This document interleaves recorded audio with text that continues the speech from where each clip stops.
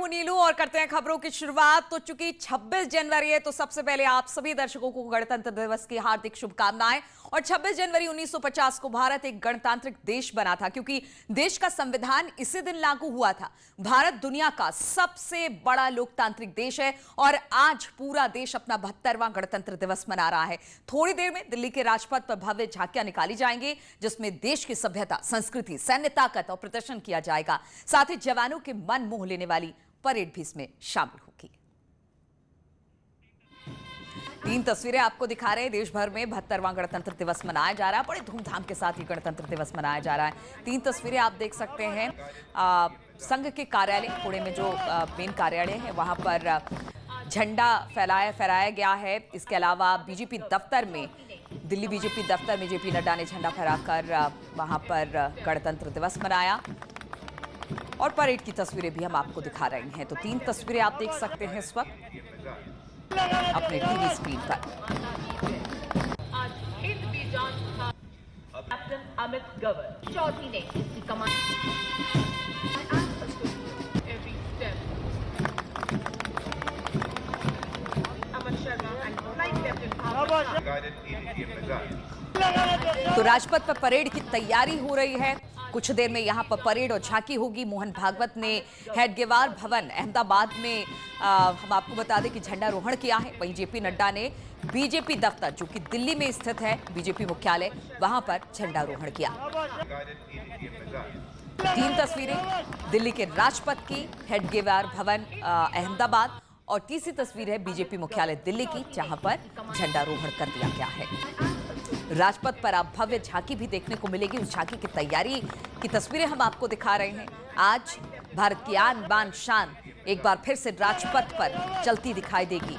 हमारी तमाम सैन्य ताकत वहां पर देखने को मिलेगी।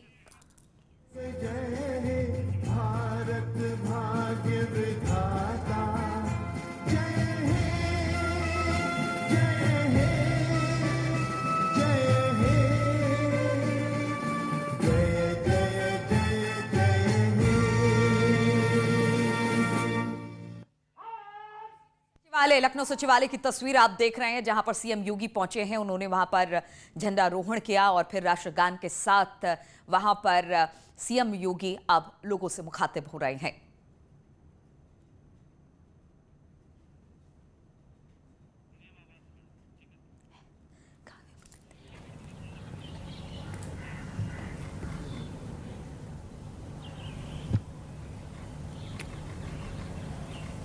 देश के 72वें गणतंत्र दिवस के अवसर पर मैं आप सभी प्रदेशवासियों को हृदय से बधाई देता हूं। हम सब जानते हैं कि आज ही के दिन 1950 में इस देश की व्यवस्था को संचालित करने के लिए इस देश ने अपना एक संविधान लागू किया था।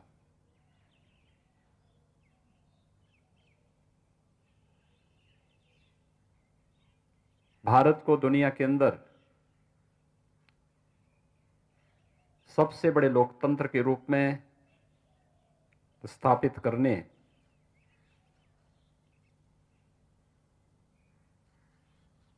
भारत के अंदर अनेकता में एकता के भाव को सृजित करने में हमारे संविधान की बहुत महत्वपूर्ण भूमिका है। मैं सर्वप्रथम 72वें गणतंत्र दिवस के अवसर पर भारत के उन सभी महान स्वतंत्रता संग्राम सेनानियों को जिन्होंने भारत की स्वाधीनता के लिए अपना सर्वस्व न्यौछावर किया था, आजादी की लड़ाई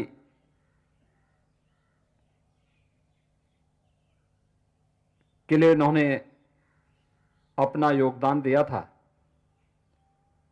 ऐसे उन सभी स्वतंत्रता संग्राम सेनानियों के प्रति विनम्र श्रद्धांजलि अर्पित करते हुए उन्हें कोटि कोटि नमन करता हूं। आजाद भारत में देश की सीमाओं की रक्षा करते हुए, देश के अंदर आंतरिक सुरक्षा की स्थिति को सुदृढ़ बनाते हुए शहीद हुए वीर जवानों के प्रति भी विनम्र श्रद्धांजलि अर्पित करता हूं। भारत का संविधान भारत के प्रत्येक नागरिक को बिना भेदभाव के एक समान अवसर देने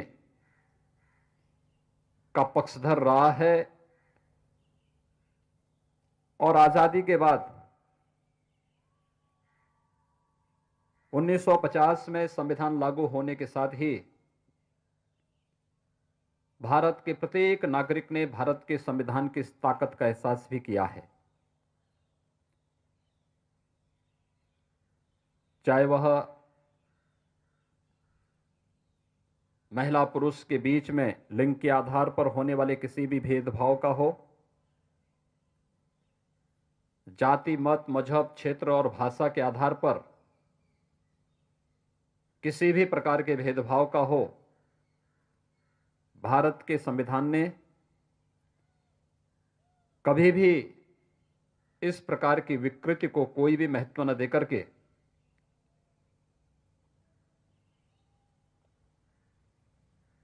देश के अंदर भले ही जातियां अनेक हों, उपासना विधियां अनेक हों, मत और मजहब के आधार पर लोगों की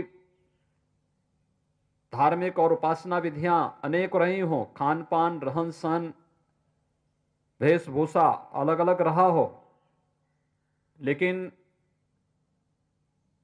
अनेकता के बावजूद उत्तर से लेकर दक्षिण तक, पूरब से पश्चिम तक अगर पूरा भारत एकता के सूत्र में बंधा है तो भारतीय संस्कृति, भारतीय परंपरा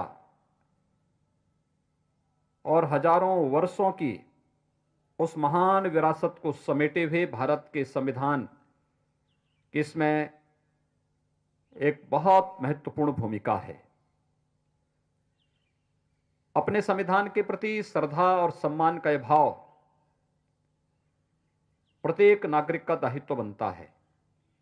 जो संविधान हमें सम्मान के साथ जीने, आगे बढ़ने का अवसर दे रहा है, उस संविधान के इन मूल भावों का सम्मान करते हुए जहां पर हमारे पास केवल अपने संवैधानिक अधिकारों की ही बात नहीं बल्कि इस राष्ट्र के प्रति, राष्ट्र के संवैधानिक महत्व के स्थलों के प्रति और भारत के प्रत्येक नागरिक के प्रति हम सब का क्या दायित्व है, उन कर्तव्यों का बोध भी हमारा संविधान हमें कराता है। हम सबको भारत के संविधान पर गौरव की अनुभूति होनी चाहिए और इस अवसर पर हम सबको स्मरण करना होगा भारत के संविधान के उन सभी निर्माताओं को, चाहे वह संविधान सभा के अध्यक्ष डॉक्टर राजेंद्र प्रसाद जी रहे हों, संविधान सभा की ड्राफ्ट कमेटी के अध्यक्ष जिनके नेतृत्व में भारत के संविधान का यह मसौदा तैयार हुआ था, बाबा साहब डॉक्टर भीमराव अंबेडकर जी रहे हों, जिन्होंने पूरे देश की भावनाओं को भारत के संविधान के अंदर समाहित करते हुए भारत के प्रत्येक नागरिक को संविधान के प्रति श्रद्धा और सम्मान का भाव व्यक्त करने के लिए एक भाव दिया है। मैं इस अवसर पर भारत के संविधान निर्माण से जुड़े हुए भारत माता के उन सभी महान सपूतों को भी इस अवसर पर विनम्र श्रद्धांजलि अर्पित करता हूं। हम सब जानते हैं कि जब ये देश 72वां स्वतंत्रता दिवस 72वां गणतंत्र दिवस का आयोजन पूरे भव्यता के साथ कर रहा है, गणतंत्र दिवस का 71 वर्ष अब तक इस देश ने हर्षोल्लास के साथ मनाए हैं। ये 26 जनवरी की तिथि हमारे लिए केवल संविधान लागू करने की तिथि नहीं है। इससे पहले 26 जनवरी की तिथि को इस देश ने स्वतंत्र होने के पूर्व, इस देश में जब ब्रिटिश हुकूमत थी, इस तिथि को पूर्ण स्वाधीनता दिवस के रूप में भी पहले से मनाने की एक व्यवस्था रही है।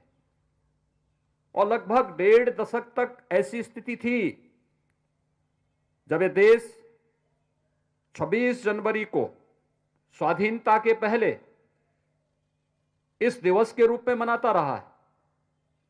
और अंततः जब 26 नवंबर 1949 को संविधान सभा ने संविधान को अंगीकार किया और फिर 26 जनवरी 1950 को पूरे देश के अंदर इसे लागू किया, यह तिथि हमारे गणतंत्र दिवस के रूप में हम सब के लिए अपने राष्ट्र के प्रतीक, भारत के संविधान के प्रति श्रद्धा और सम्मान को व्यक्त करने का एक अवसर भी हम सबको प्रदान करता रहा है।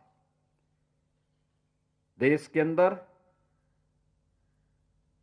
हम 72वां गणतंत्र दिवस ऐसे अवसर पर उमंग और उत्साह के साथ मना रहे हैं जब पिछले लगभग 10 महीनों से पूरा देश और पूरी दुनिया वैश्विक महामारी कोरोना की चपेट में है। आपने देखा होगा इस पिछले 10-11 महीनों से लगातार दुनिया के अंदर भी, देश के अंदर भी और प्रदेश के अंदर भी किस प्रकार की परिस्थितियां थीं। कहते हैं कोरोना महामारी इस सदी की सबसे तीव्रतम संक्रमित होने वाली महामारी है। पहली बार लॉकडाउन कैसे होता है इस देश ने यह भी देखा। राष्ट्रीय अनुशासन कैसे होता है,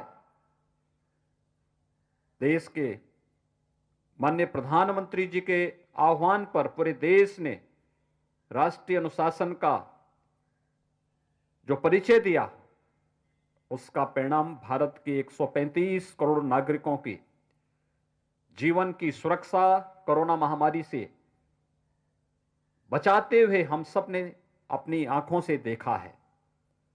अन्यथा हेल्थ इंफ्रास्ट्रक्चर ही इस महामारी से अगर बचा पाती तो दुनिया के अंदर बड़े बड़े देश हैं जिनके पास, चाहे वह अमेरिका हो, यूरोप के कई देश हैं जहां पर हेल्थ इंफ्रास्ट्रक्चर की जब हम बात करते हैं तो उनके पास हेल्थ इंफ्रास्ट्रक्चर भारत से कई गुना अच्छा है। लेकिन कहीं ना कहीं जो एक अनुशासन का भाव है, जहां इसमें कमी आई, उसका परिणाम क्या रहा। उन देशों के अंदर ये महामारी व्यापक जनहानि का कारण बनी। लेकिन भारत के अंदर एक यशस्वी नेतृत्व में समय से लिए गए निर्णय और फिर निरंतर संवाद के माध्यम से दुनिया के सबसे बड़े लोकतंत्र में सभी अधिकारों के साथ जिस देश के नागरिक जी रहे हों, आगे बढ़ रहे हों, स्वाधीनता का अनुभव कर रहे हों, उस देश के अंदर कोरोना से निपटने के लिए जो रणनीति प्रधानमंत्री मोदी जी के नेतृत्व में बनाई गई, उसने सफलतापूर्वक भारत के अंदर जान को भी और जहान को भी बचाने में महत्वपूर्ण भूमिका का निर्वहन किया है। हम सबके लिए ये 72वां गणतंत्र दिवस इस महामारी से बचाव का उपहार लेकर के भी आई है। दुनिया के अंदर भारत एकमात्र देश है जिसने 2 स्वदेशी वैक्सीन विकसित किए हैं और ये स्वदेशी वैक्सीन 15 जनवरी से देश के हेल्थ वर्कर्स को लगती हुई दिखाई दे रही हैं। उत्तर प्रदेश में अब तक 2 चरणों में ये वैक्सीन लग चुकी है। अभी 28 और 29 को फिर से हेल्थ वर्कर्स को इस वैक्सीन को लगाने की प्रक्रिया होगी और हमारा प्रयास है कि 15 फरवरी के आसपास हम कोरोना वॉरियर्स को भी, चाहे वह हमारे पुलिस के जवान हो, सुरक्षा के जवान हो, भारत की सीमा पे रक्षा करने वाले भारतीय सेना के हमारे बहादुर जवान हो, होमगार्ड, पीआरडी या स्वच्छता कर्मी, राजस्व के कर्मी, इन सभी को यह वैक्सीन देने की प्रक्रिया हम लोग प्रारंभ करने जा रहे हैं। एक नए विश्वास के साथ आज भारत आगे बढ़ रहा है, लेकिन आपदा के समय कैसी रणनीति बनाई जानी चाहिए। उत्तर प्रदेश पुलिस ने लॉकडाउन प्रारंभ होने के बाद जब सारी चीजें बंद थी, उन असहाय, असमर्थ और उन लोगों के पास जिनके पास सामान्य बुनियादी सुविधाएं नहीं थी, डोर स्टेप डिलीवरी के माध्यम से हम पीआरबी 112 का उपयोग करते हुए उन सभी लोगों तक इन सुविधाओं को पहुंचा सके। यह कार्य उत्तर प्रदेश पुलिस ने किया। राजस्व के कर्मियों ने इसके बाद इसके साथ जुड़ करके 24 करोड़ जनता को कैसे सुरक्षित किया। आज न केवल माननीय प्रधानमंत्री जी ने उत्तर प्रदेश के कोरोना प्रबंधन की सराहना की है, बल्कि दुनिया की सबसे बड़ी स्वास्थ्य संस्था विश्व स्वास्थ्य संगठन ने भी उत्तर प्रदेश के कोरोना प्रबंधन की सराहना की है। हम लोग एक टीम भाव के साथ जब कार्य करते हैं, उसके परिणाम भी उसी रूप में हम सबके सामने मिलते हैं और आज उत्तर प्रदेश एक नई दिशा की ओर अग्रसर हुआ है। सुरक्षा का एक बेहतर वातावरण यह न केवल आम जन के विश्वास का प्रतीक बना है, बल्कि सुरक्षा का यह बेहतर वातावरण प्रदेश में व्यापक निवेश और रोजगार की संभावनाओं को भी लेकर के चल रहा है। हमने कोरोना कालखंड में 1.25 करोड़ लोगों को रोजगार उपलब्ध करवाने में यहां पर हमें मदद मिली। अगर निजी क्षेत्र में निवेश नहीं होता तो संभवतः हमारे लिए एक चुनौती होती, लेकिन सुरक्षा का जो बेहतर वातावरण प्रदेश के अंदर बना, उसका परिणाम है वह जनविश्वास का प्रतीक बना। देखते ही देखते दुनिया के सभी निवेशक और उद्यमी उत्तर प्रदेश के अंदर निवेश करने के लिए आज उनके अंदर एक ललक है। उन लोगों में एक प्रतिस्पर्धा प्रारंभ हुई है कि हम भी उत्तर प्रदेश के अंदर निवेश करेंगे और इस निवेश का परिणाम उत्तर प्रदेश के नौजवानों को नौकरी, रोजगार और साथ साथ उसको देखते हुए स्वरोजगार की भी सुविधाएं प्रदेश के अंदर प्राप्त हो रही हैं। यह देश आभारी है प्रधानमंत्री मोदी जी का, जिन्होंने लॉकडाउन के दौरान गरीब कल्याण पैकेज के साथ ही भारत को एक स्वावलंबी और सशक्त राष्ट्र के रूप में अग्रसर करने के लिए आत्मनिर्भर भारत का एक नया मंत्र देश को दिया। आत्मनिर्भर भारत का यह मंत्र हमारे परंपरागत उद्यम और उत्पाद से प्रारंभ होता है। उत्तर प्रदेश 2018 में ही एक जनपद एक उत्पाद की अपनी व्यापक कार्य योजना के माध्यम से इसे आगे बढ़ा चुका है। एक जनपद एक उत्पाद, ये हमारे परंपरागत उद्यम है जो पहले से ही उत्तर प्रदेश के अंदर थे, लेकिन उपेक्षा के कारण उन पर कहीं भी शासन और प्रशासन की दृष्टि न जाने के कारण वे लोग उपेक्षित महसूस कर रहे थे। लेकिन आज एक जनपद एक उत्पाद की हमारी ये कार्य योजना आत्मनिर्भर भारत का आधार बनती हुई दिखाई दे रही है। प्रदेश के अंदर अन्नदाता किसानों के लिए जिस प्रकार के कार्यक्रम चलाए गए, पिछले 6 वर्षों के दौरान देश के अंदर किसानों के हितों के लिए जिस प्रकार के कार्यक्रम चले, चाहे वह सॉयल हेल्थ कार्ड का हो, प्रधानमंत्री फसल बीमा योजना का हो, प्रधानमंत्री कृषि सिंचाई योजना का हो, स्वामीनाथन कमेटी की रिपोर्ट के अनुसार किसानों को लागत का 1.5 गुना दाम देने का हो, या फिर किसानों को दी जाने वाली प्रधानमंत्री किसान सम्मान निधि का लाभ हो, ये व्यापक पैमाने पर देश के अंदर आज हम सब महसूस कर सकते हैं और उत्तर प्रदेश इस मामले में सौभाग्यशाली है। प्रधानमंत्री किसान सम्मान निधि में उत्तर प्रदेश के अंदर 2,35,00,000 से अधिक किसान इस योजना का लाभ ले रहे हैं, जिसमें 6,000 रुपये सालाना प्रत्येक किसान को भारत सरकार के सहयोग से प्राप्त हो रही है। प्रधानमंत्री किसान सम्मान निधि ने इन सभी किसानों के जीवन में एक नया परिवर्तन दिया है, उन्हें किसी भी प्राकृतिक आपदा में बचाव का एक रास्ता दिया है। और यही नहीं, प्रदेश के अंदर प्रोक्योरमेंट की इस पॉलिसी ने केवल धान और गेहूं का जो प्रोक्योरमेंट प्रदेश के अंदर हुआ है विगत 3 वर्षों के दौरान, इसमें किसानों के खाते में 60,000 करोड़ रुपए प्रदेश सरकार ने डीबीटी के माध्यम से दिए हैं। गन्ना किसानों की बंद हो रही चीनी मिलों को प्रदेश के अंदर फिर से चलाया गया। कोरोना कालखंड में 119 चीनी मिलें चली और विगत 3.5 वर्ष के दौरान प्रदेश के अंदर 1,15,000 करोड़ रुपए के गन्ना मूल्य का भुगतान भी किसानों को कराया गया। युवाओं के लिए प्रदेश के अंदर 4 लाख प्रदेश के युवाओं को सरकारी नौकरियां उपलब्ध करवाने में, 15 लाख नौजवानों को रोजगार के साथ जोड़ने में, 1.5 करोड़ नौजवानों को हम लोगों ने प्रदेश के अंदर निजी क्षेत्र में भी रोजगार के साथ जोड़ने में और पूरे प्रदेश के अंदर बड़े पैमाने पर स्वतः रोजगार की भी संभावनाओं को आगे बढ़ाने में हमें मदद मिली है। आज हमारा एमएसएमई सेक्टर बेहतर तरीके से कार्य करते हुए आगे बढ़ रहा है। हर एक क्षेत्र में महिलाओं की सुरक्षा के लिए, उनके स्वावलंबन के लिए स्नातक तक की शिक्षा मुफ्त उपलब्ध कराने की बात रही हो, या फिर प्रदेश के अंदर मुख्यमंत्री कन्या सुमंगला योजना से लेकर के मुख्यमंत्री सामूहिक विवाह की योजना के माध्यम से बालिका की सुरक्षा और प्रधानमंत्री मोदी जी के बेटी बचाओ बेटी पढ़ाओ के इस अभियान को आगे बढ़ाने का कार्य रहा हो। मिशन शक्ति इस अभियान के साथ जुड़ करके उसे सफलतापूर्वक एक नई ऊंचाइयों तक पहुंचाने का कार्य कर रहा है।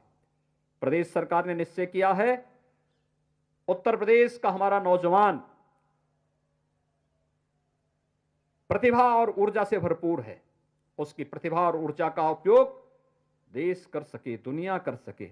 इस देश से प्रतियोगी परीक्षाओं के लिए अभ्युदय नाम पर हम लोग एक फ्री कोचिंग की व्यवस्था वसंत पंचमी से पूरे प्रदेश के अंदर पहले चरण में कमिश्नरी मुख्यालयों में और इसके बाद इसे हर जनपद तक पहुंचाने की व्यापक कार्य योजना को हम आगे बढ़ा रहे हैं।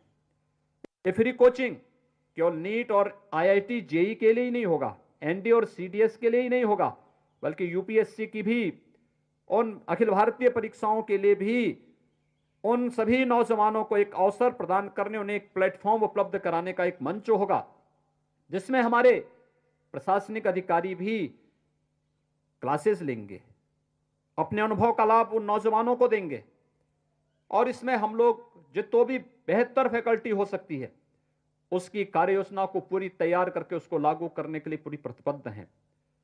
हमारे लिए यह वर्ष बहुत महत्वपूर्ण है। यह वर्ष हमारे लिए महत्वपूर्ण इसलिए भी है, देश की आजादी के लिए को एक नई दिशा देने वाले चोरी चोरा की घटना का शताब्दी वर्ष भी ये पड़ने जा रहा है और साथ ही साथ देश की आजादी के 75 वर्ष पूरे होने जा रहे हैं। उसके उपलक्ष्य में भी इस वर्ष स्वाधीनता दिवस से एक नए कार्यक्रम प्रारंभ होंगे। प्रदेश के अंदर चोरी चोरा की घटना को ऐतिहासिक परिप्रेक्ष्य में रखते हुए प्रत्येक नागरिक तक भारत के महान स्वतंत्रता संग्राम सेनानियों के बारे में हम लोग आम जन के मन में एक भाव पैदा कर सकें, इस एक कार्यक्रम की रूपरेखा प्रारंभ की गई है। 4 फरवरी को चोरी चोरा गोरखपुर में इस कार्यक्रम का शुभारंभ करने का निश्चय किया गया है। आदरणीय प्रधानमंत्री जी का मार्गदर्शन और उनका आशीर्वाद इस कार्यक्रम को प्राप्त होकर के हर एक शहीद स्थली पर अपने भारत के महान स्वतंत्रता संग्राम सेनानियों, वीर जवानों के प्रति श्रद्धा और सम्मान का भाव व्यक्त करने का एक अवसर यह वर्ष भर चलने वाले कार्यक्रमों के माध्यम से प्राप्त होगा। आज जब एक बार फिर से हम लोग 72वें गणतंत्र दिवस के इस आयोजन के साथ जुड़े हुए हैं। यह भारत के संविधान के प्रति सम्मान का भाव जागृत करने का एक माध्यम हम सबको प्रदान कर रहा है। और भारत का संविधान जो हमें केवल अपने मौलिक अधिकारों के साथ ही नहीं बल्कि अपने उन कर्तव्यों के प्रति भी आगाह करता है जो एक नागरिक के रूप में, एक राष्ट्र के एक नागरिक के रूप में हम सबके हैं। और हमें याद रखना होगा कि हमारा व्यक्तिगत जीवन ही नहीं है, हमारा सार्वजनिक जीवन भी है। और ये सार्वजनिक जीवन हमें एक धर्म की प्रेरणा देता है और वो धर्म है राष्ट्र धर्म। वह राष्ट्र धर्म हमारे लिए सर्वोपरि होना चाहिए। उस राष्ट्र धर्म के प्रति हम सब समर्पित भाव के साथ कार्य कर सकें, इस विश्वास के साथ 72वें गणतंत्र दिवस के अवसर पर मैं एक बार फिर से आप सभी को हृदय से बधाई देता हूं, प्रदेशवासियों को अपनी शुभकामनाएं देता हूं और विश्वास व्यक्त करता हूं कि हम सब अपने महान स्वतंत्रता संग्राम सेनानियों और संविधान निर्माताओं के बताए गए मार्ग पर का अनुसरण करते हुए, भारत के संविधान की रक्षा करते हुए, उनके महापुरुषों भारत के स्वाधीनता संग्राम सेनानियों के बताए गए मार्ग का अनुसरण करते हुए एक भारत श्रेष्ठ भारत की प्रधानमंत्री मोदी जी की संकल्पनाओं को पूरी मजबूती के साथ, पूरी प्रतिबद्धता के साथ चरितार्थ करने में हम सब अपना योगदान देंगे। आप सबके प्रति एक बार फिर से 72वें गणतंत्र दिवस के अवसर पर हृदय से बधाई और शुभकामना देते हुए अपनी वाणी को विराम देता हूं। धन्यवाद। जय हिंद।